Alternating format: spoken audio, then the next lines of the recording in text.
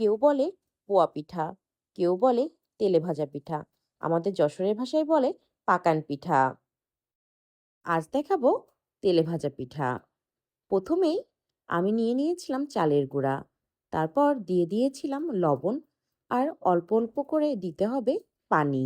একবারে বেশি পানি দেওয়া যাবে না, অল্প অল্প করে পানি দিতে হবে আর রুটির খামিরের মতো ভালোভাবে মাখিয়ে নিতে হবে। আমি এখানে ৩ বার পানি নিয়েছি, অল্প অল্প করে।